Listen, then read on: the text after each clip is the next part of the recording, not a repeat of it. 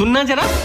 क्या है? अरे हमेशा बम की तरफ फटने के लिए तैयार ही रहती हो। किस बात का घमंड है तुम औरतों को? आखिर तुम लोग करती ही क्या? हम क्या करती हैं?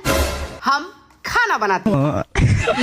हम दिन रात सुबह शाम खाना बनाते हैं। हम Monday Tuesday Wednesday Thursday Friday Saturday Sunday खाना बनाती है। हम जनवरी टू दिसंबर खाना बनाती हैं। हम हॉलीडेज में खाना बनाती हैं। हमारा किडनी गुर्दा लीवर फेफड़ा सब कुछ खराब हो जाए लेकिन हम खाना बना के हॉस्पिटल जाती हैं और हॉस्पिटल से आने के बाद भी हम खाना बनाती हैं। लोगों के लिए होता होगा होली दिवाली ईद दशहरा क्रिसमस, लेकिन इसमें भी हम और भी ज्यादा खाना बनाती हैं। हम वेराइटीज के खाना बनाती हैं। हम बिफोर पार्टी खाना बनाती हैं। हम आफ्टर पार्टी खाना बनाती हैं। यहाँ तक कि हम मरने से पहले भी खाना बनाती हैं।